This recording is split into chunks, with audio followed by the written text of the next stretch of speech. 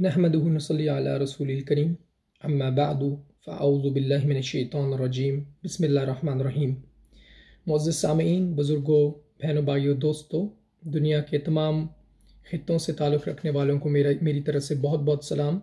अस्सलामु अलैकुम वरहमतुल्लाहि वबरकातुहू। आज का हमारा जो टॉपिक है, जो मज़मून है ज़ेर बहस, वो ये है कि स्पिरिचुअलिटी क्या चीज़ है, रूहानियत क्या चीज़ है, और ठीक सही अक़ीदा, जो सही अक़ाइद होते हैं बंदे के, वो दीन इस्लाम के अंदर किस तरीके से रूहानियत की रूह से काबिल कबूल है अल्लाह सुब्हानहू तआला की बारगाह अक़दस के अंदर।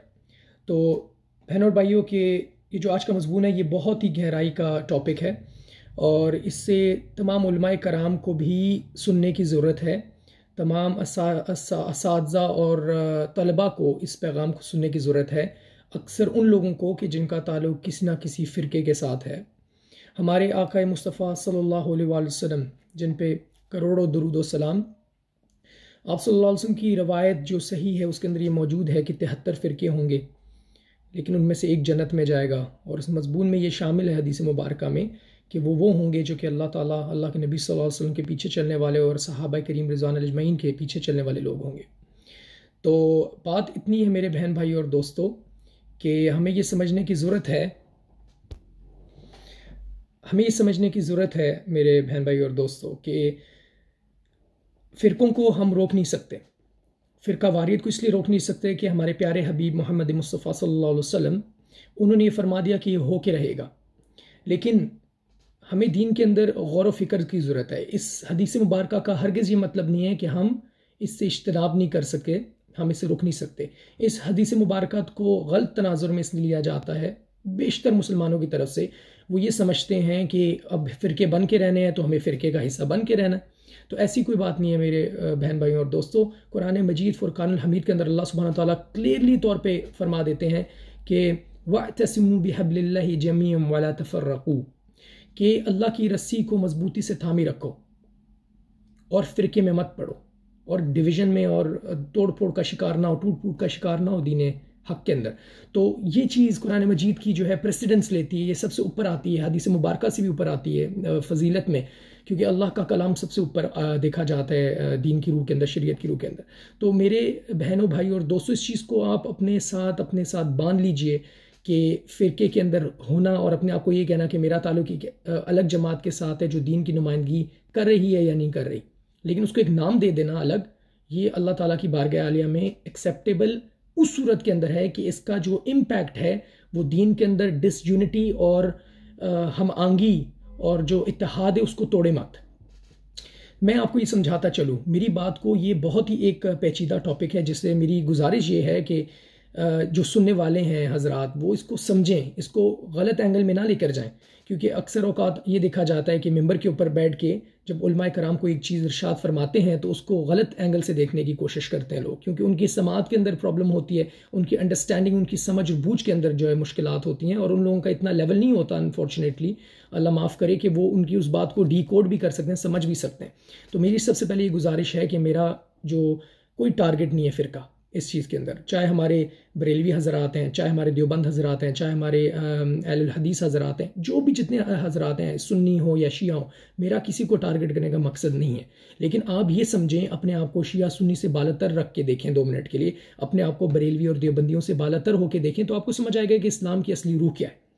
देखिए, फ़िरकों को बनाने का मकसद क्या था, क्या नहीं था, इसमें मैं कमेंट नहीं कर सकता, ना ही मैं उस वक्त मौजूद था जब ये बन रहे थे, ना ही मैं इनके बनने का कोई हामी था, ठीक है। लेकिन जो उलमाए कराम हैं, जो डिफरेंट फ़िरकों से ताल्लुक़ रखते हैं, एज़ लॉन्ग के जब तक उनकी जो है उनका मानना और उनका अमल शरीयत और कुरान मजीद के अहकामात के मुताबिक है और वो सही रास्ते के मुताबिक है, तो हमें कोई एतराज़ नहीं है, वो अपनी जगह पे रहें।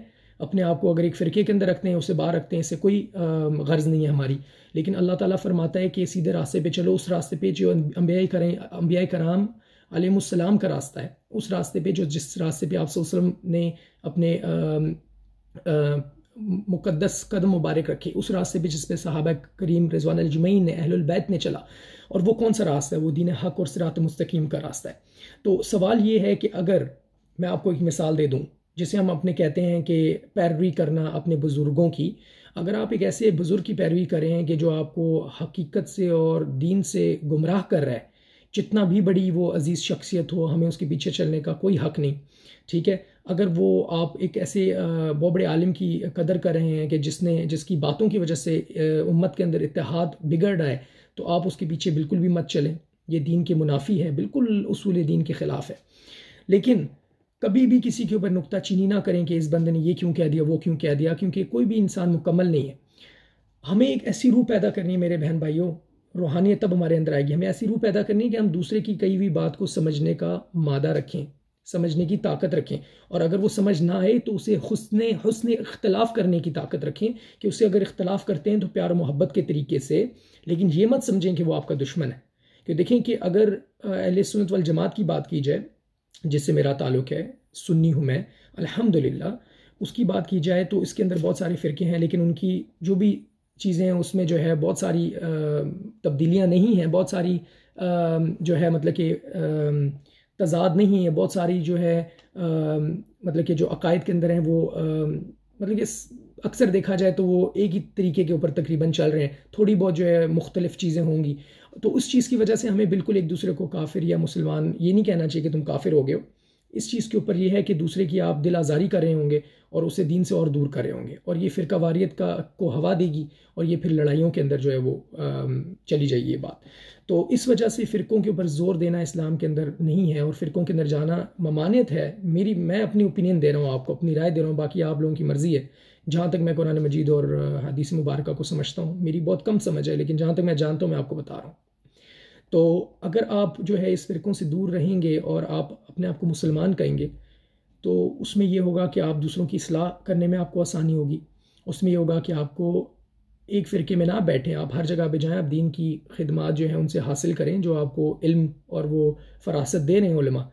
तो बात ये होती है कि आपको अपने दिल और अपने दिमाग को और अपने जो है ना मतलब कि हॉराइज़न्स को बहुत वसी करना पड़ेगा, अपनी इंटेलेक्ट को, अपनी दिमागी ताकत को बहुत वसी करना पड़ेगा, जिसकी वजह से अगर आप किसी से कोई बात कर रहे हैं या किसी की बात समझ रहे हैं तो उसको गहराई में जाके समझें। तो सबसे पहले हम आते हैं कि रूहानियत क्या चीज़ है।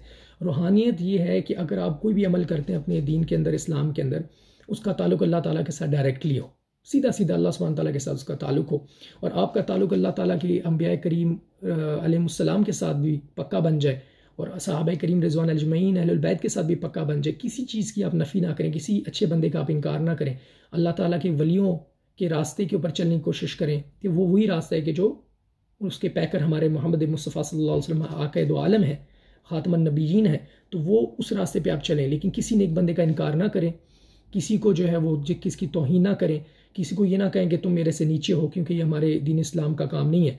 और एक मेरी जो वजह है फ़िरका वारियत के ख़िलाफ़ जाने के ऊपर, वो ये है कि जब आप एक फ़िरके के अंदर आ जाते हैं तो आप सोच लें, अपने आप से अपने दिल के ऊपर हाथ रख के ये सवाल करें कि आप ये कहने पे मजबूर हो जाते हैं कि मैं ठीक हूँ और बाकी सब गलत है। आपके अंदर वो गुरूर आ जाता है कि मैं ठीक हूँ, बाकी सब गलत हैं। इस चीज़ की इजाज़त इस्लाम के अंदर नहीं है। हम मुसलमान हैं, हम इस्लाम के परचम के नीचे हैं। हमने किसकी इस्लाह करनी है तो प्यार और मोहब्बत से करनी है, फ़िरके नाम को देख के नहीं करनी। हाँ, अगर एक फ़िरके के अंदर जो है वो शिर्क किया जा रहा है तो हमारा काम है उसको रोकना, उनमें बैठ के उसको रोकना, और अपने भाइयों और बहनों की इस्लाह करना कि जो काम आप करें ये बिल्कुल जो है काबिल कबूल नहीं है दीन इस्लाम के रूह में। और अगर कल को अगर ये उनकी कब्र के अंदर अज़ाब का बाइस बना, या उनकी हशर के अंदर जो है वो अज़ाब का बाइस बना, जहन्नुम में जाने का बाइस बना, तो हमारी नाकामी है कि हम अपने भाइयों को उस आग से बचा नहीं सके, अपनी बहनों को और बच्चों को। तो यही तरीका जाता है कि कुछ लोग तो आजकल देखा जाता है, मतलब कि आम तौर पर देखा जाता है कि वो शिर्क के अंदर मुब्तला हो गए, अल्लाह माफ़ फरमाए। शिर्क सबसे बड़ा गुनाह है। और फिर उसके बाद कई लोगों को देखा जाए कि वो शिर्क करने वालों से इतनी नफरत करते हैं कि वो कुफर कर बैठते हैं, कि वो मुसलमान को मुसलमान नहीं आप समझ रहे, मुशरिक तो वो हो रहा है लेकिन वो अभी भी इस्लाम की कैटेगरी में है, लेकिन वो गलतियां कर रहा है। तो आपका ये मकसद नहीं है आप जो है वो कुफर के फतवे जारी करना शुरू हो जाएं, आप दूसरों को काफिर कहें। आपका मकसद ये है आप उनकी इस्लाह का काम करें, जिस तरह तबलीग करते हैं, तबलीग में भी लोग करते हैं। और तबलीग का काम सिर्फ एक नहीं है कि आप तबलीगी जमात के साथ आपका ताल्लुक, आपका काम होना चाहिए आपका दिन रात तबलीग के अंदर हो, अल्लाह ताला के दीन को फैलाने के अंदर हो। ये जो तबलीगी जमात चल रही है ये भी अच्छा काम करी है, बहुत उम्दा काम करी है, ठीक है। और इससे मेरी मोहब्बतें से जुड़ी हैं, हम लोगों की मोहब्बतें इनके साथ जुड़ी होनी चाहिए। कोई बंदा भी अल्लाह ताला के दीन को फैलाता है, और हकीकत से फैलाते हैं सच्चे तीर से। हमारा काम है उनको सपोर्ट करना, उनके साथ रहना। लेकिन ये नहीं है कि अहले देवबंद का काम है कि तबलीग करें, ये बरेलवियों का काम भी है तबलीग करें, बाकी जमातों का काम भी है तबलीग करें। मैं सिर्फ एक दो फ़िरक़ों के इसलिए नाम ले रहा हूँ ताकि इसमें इत्तेहाद पैदा हो और उन लोगों को एक दूसरे के साथ बैठ के सीखने का मौका मिले। लेकिन सवाल ये है मेरे बहन भाइयों, मैं इसी के ऊपर ये वीडियो को ख़त्म करूँगा कि मैं उलमाए कराम से ये सवाल करता हूँ, मैं हमारे शागिर्दों से सवाल करता हूँ कि देखो कि तुम्हारा मकसद क्या है? तुम्हारा मकसद अल्लाह और अल्लाह के हबीब सल्लल्लाहु अलैहि वसल्लम को राज़ी करना है, या तुम्हारा मकसद ये है कि अपने इमामों को बचाना कि जो 100 साल पहले आए थे या 200 साल पहले आए थे?